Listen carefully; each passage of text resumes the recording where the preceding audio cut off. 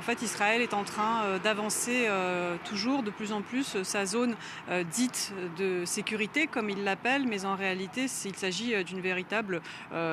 mise sous tutelle, enfin en tout cas occupation prévue apparemment d'une partie du territoire libanais. Et il faut le mentionner, ces frappes, effectivement, on ne peut pas savoir évidemment qui Israël est en train de viser à l'instant T. Il y a toujours ces communiqués de l'armée israélienne qui dit avoir éliminé des terroristes, mais ce que l'on voit ici, et notamment lorsqu'on va à l'arrière-front, lorsqu'on voit arriver les blessés, les morts aussi, c'est qu'il y a quand même beaucoup de civils. Alors on sait qu'Israël vise parfois aussi des maisons et des familles du coup qui se trouvent dans ces maisons. Est-ce qu'il y a des combattants dans ces maisons ou pas? Évidemment, c'est toujours très difficile à dire, mais on a vu aussi que des secouristes sont frappés lorsqu'ils vont aider sortir les victimes des décombres. On voit, vous le disiez, des soldats qui perdent la vie alors que normalement et officiellement il y a un cessez-le-feu entre le gouvernement libanais et donc l'État libanais et Israël, et donc l'armée libanaise ne devrait pas être visée par Israël. Mais pour comprendre un petit peu ce qui se passe, parce que la situation est extrêmement complexe, même pour les gens qui vivent ici, qui ont du mal à y voir clair, c'est que il y a une volonté politique, mais derrière ces déclarations, il y a surtout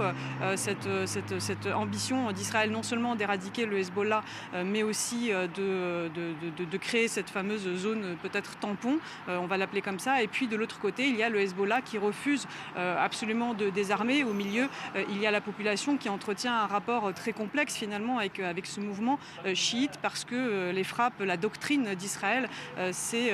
quasiment de ne plus distinguer en fait entre les civils qu'ils considèrent tous potentiellement comme des soutiens au Hezbollah et le Hezbollah lui-même. Et donc cela rend une situation évidemment extrêmement compliquée et extrêmement violente en termes de coût de la vie, de guerre, d'intensité de la guerre dans ces zones du sud et de l'est aussi du Liban. D'où la seconde question, Elena Voloshin. Dans quel état d'esprit sont les Libanais face à cette situation?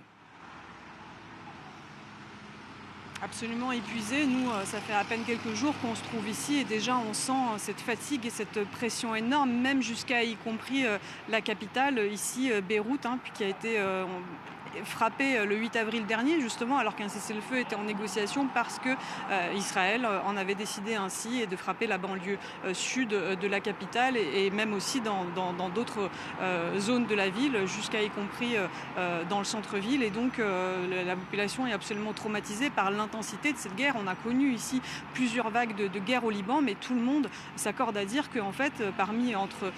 que ce soit dans les années 80, que ce soit 2006, que ce soit la précédente phase du conflit après le 7 octobre, l'attaque du 7 octobre contre Israël, 2024,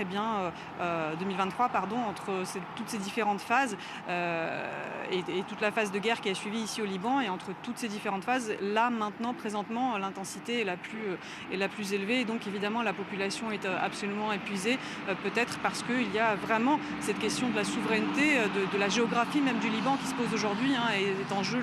véritablement le territoire libanais, d'où l'intensité des combats. Évidemment, les gens qui ont des maisons dans ces zones, ils doivent partir, en fait, fuir ces zones. On a des déplacés internes qui sont de plus en plus vers le nord et de plus en plus nombreux, et qui se demandent s'ils vont pouvoir rentrer un jour chez eux, en fait.